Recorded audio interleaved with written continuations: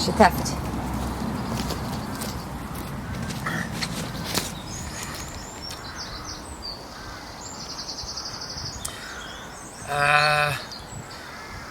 I'm Diarmuid. This is Siobhan. This is Dove. And Ishna may join us very shortly. You may remember us from such television programmes as Le Cruel, which was about Diarmuid.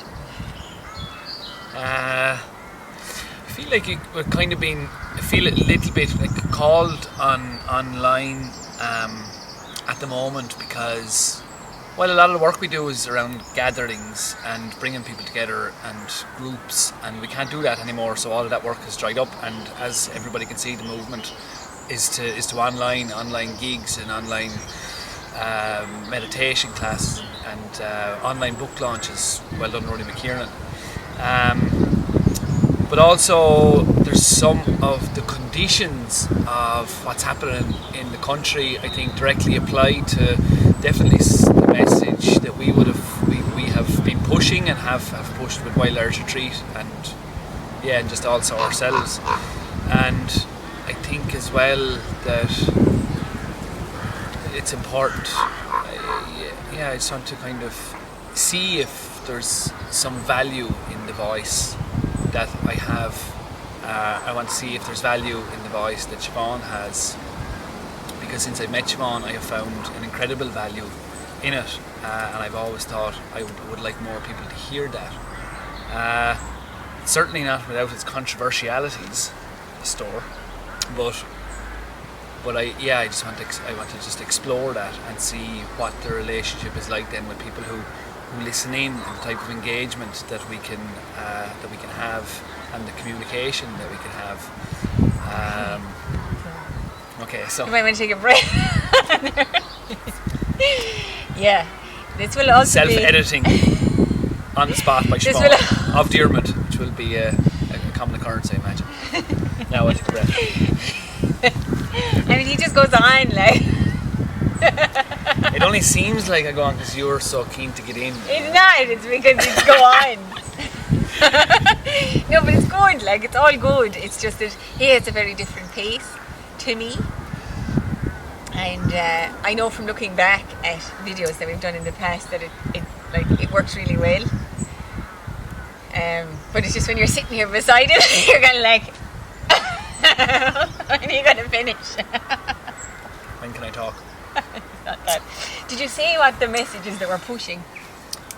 I think that's going to kind of unveil itself now, because that's what we want to do, is to make videos of our life, of the things that we do, of the people around us who inspire us, who we observe to be doing things that we haven't, like, are messing up on all the time, but are constantly trying to improve, and that's foraging. I mean, I've learned it's definitely, this is one for you to talk about, because I suppose I feel like maybe just a step ahead of your average person on it, because I've just learned so much from you, and every day we've gone out I learned something new, and I definitely would like people to experience that, because of the wisdom and the knowledge that you have, and all of this as well Cunnayin of Dáhangach, just an Gaeilge, Currashtak, Martha, and folklore.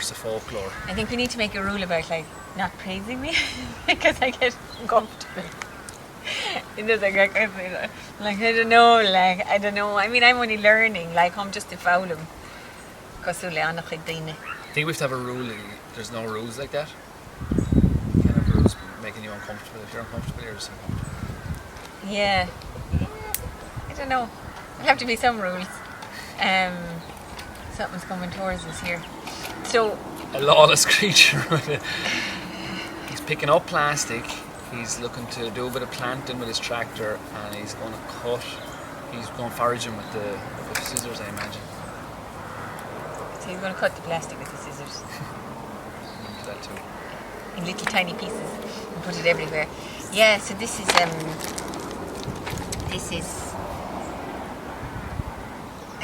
the beginning of a journey for us and for whoever. We've already begun, really, haven't we? It seemed to begin when this virus started and we all got isolated in our own homes. And there's at this time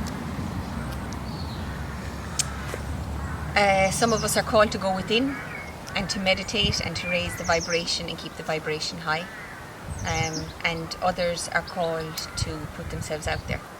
And I've been the past week or so trying to discern which is mine, and I feel now it's to put myself out there, and Diarmuid feels the same. So it's not an easy decision because it exposes us and it exposes our child also, you know, to the critics and the censors, and that's it's not a decision you take so lightly, especially in this climate, because in this climate anything, that simple message which was our message to be outdoors as much as possible, to connect with nature, that all our healing is in that connection. That message, which was so common sense and acceptable, has now become subversive and radical. And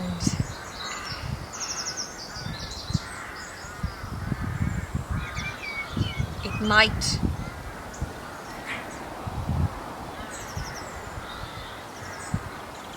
might give us reason to not proliferate that message anymore.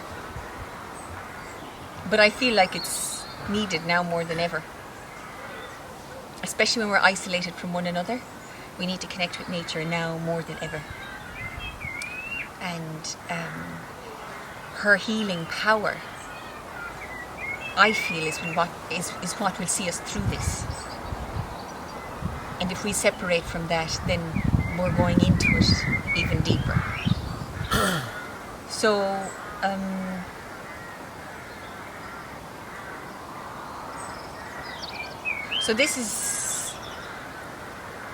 this will be a series of forays into nature, which will be light and fun-loving, and it will also talk about maybe the consequences of what is changing rapidly around us as we speak. Yesterday, gatherings, congregations of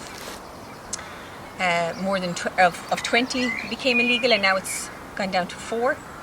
So it's rapid change now.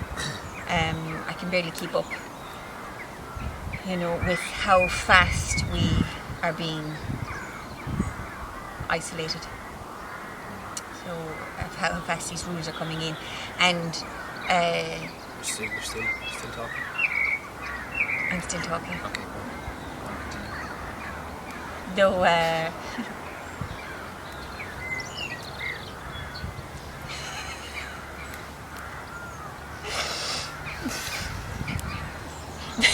Yes, darling. Nicky, now Togan son. So the consequences are far-reaching, and I think they're worthy of being discussed. They're worthy of being discussed. It's essential that we discuss them, so that we can go into this lockdown, if that's what's happening, so we can go into it in full awareness, with our eyes open, not blindly trusting.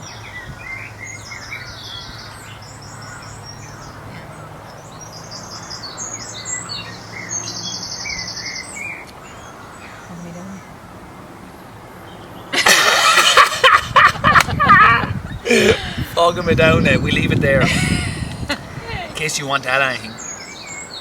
Fogging me down now.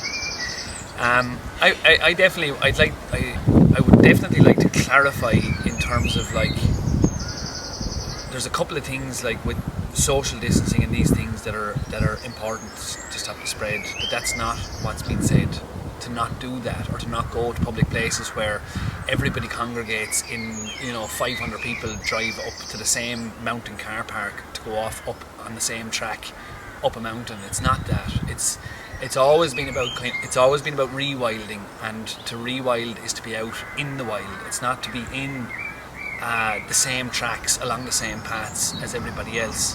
And I think that if this highlights one thing as well, is that how few of those places were legally actually allowed to be, how much the childscape, there was so much criticism of young people gathering together, but they're so limited in where they can be compared to where they used to be, that sometimes leaves people with no choice. So our initial instinct isn't necessarily just to trust the word that's been given down, because that word has deceived maybe in the past, and so we find ourselves in these limited conditions within which we can move, and so everybody's saying now, well, just stay at home because there's nowhere you can go. Well, there is places, I feel, and I'm experiencing it, you can go. And one of the things is a beautiful quote from John Moriarty, who talks about big medicine, the big medicine of nature. And this morning at 6 o'clock I got the sunrise in the sea down here in West Kerry, and that for me is big medicine. I feel vibrantly alive after being in the sea for the whole day, and there's very few things I would get up at 5:30 in the morning to do, but I get up to go to the sea because it's big medicine. Now in the next couple of days there may be a lockdown, and it may become illegal to go to the sea, even though I went and didn't engage with anybody, didn't touch anybody, didn't spread anything, and consciously remained aware of what was around me and not wanting to be someone who spreads illness to anybody else. But it is also crucial to engage with nature. It's also crucial to be in the wild. It's also crucial to know what your medicine is and to go after that medicine, and to ask the hard questions about what rules are set down and how you have to obey them to be a socially acceptable person, against the knowledge that what is in nature, like the nantog that stings Ishna, yes, in wild nature there is danger, but also there is healing and cleansing in that very same metal. So I think it's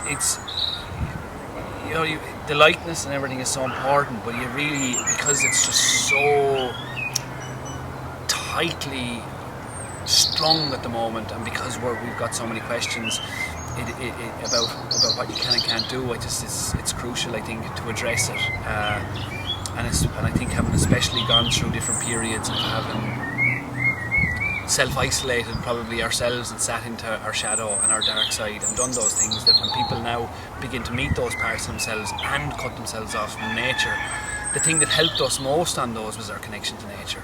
So to try to have to sit with your own shit and to sit in your own shadow and also disconnect from nature at the same time is it's terrifying to think about. Terrifying for me anyway, for what terrifying to think about it. So there are big questions, and it's not to say that one's right and the other's wrong. There are contrasting opinions and ideas and realities here that are all true, so it's just trying to get a hold of some of those and not just limit things to this is the way it is, So leave it there. Fucking me down now. Fucking me down. I suppose you have everything within yourself that you need. All the resources that you need are within yourself. That is true. So if you are stuck in an apartment and you can't go anywhere,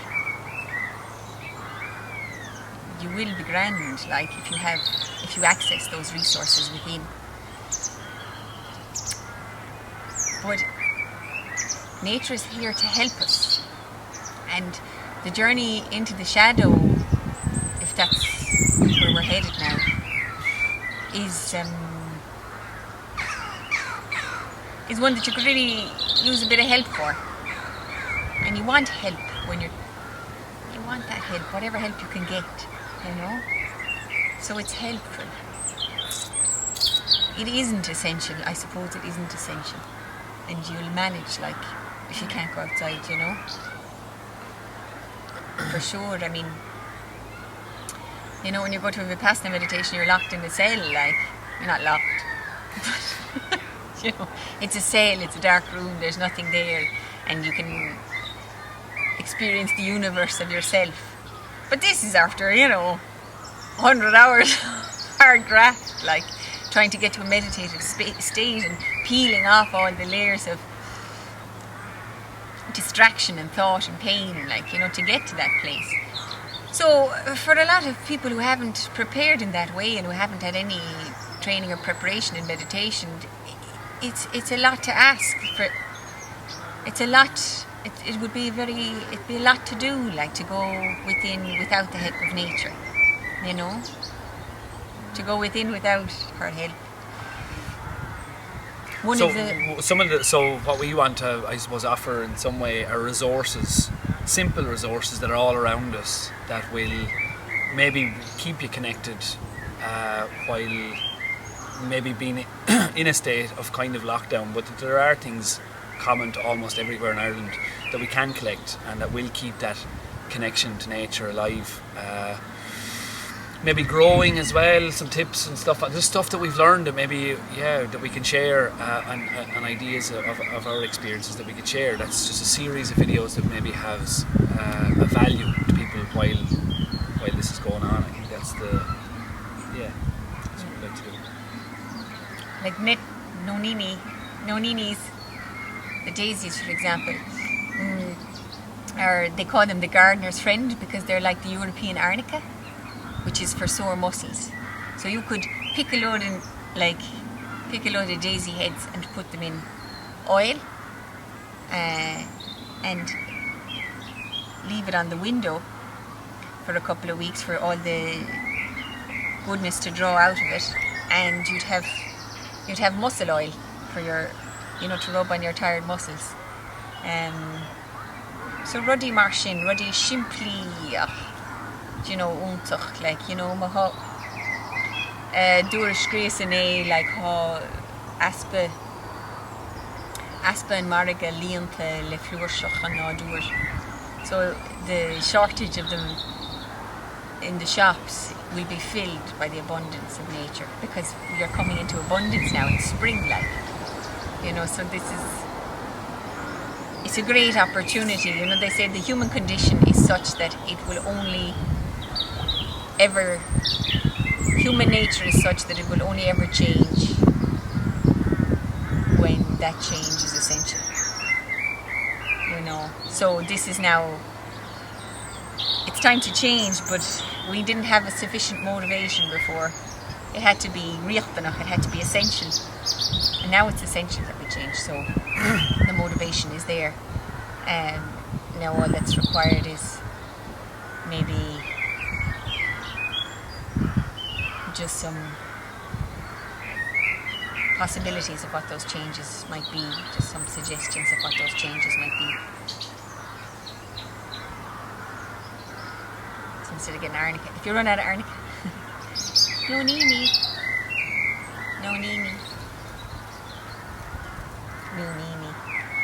Such a nice name.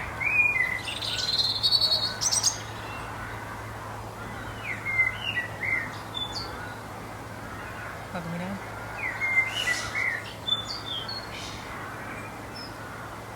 Welcome me down there. Welcome me down, Nathan. Are you sure? Will anyone let it? Didn't let him to ride, like. Can they? Didn't let him to ride back in Lake. They the quinta.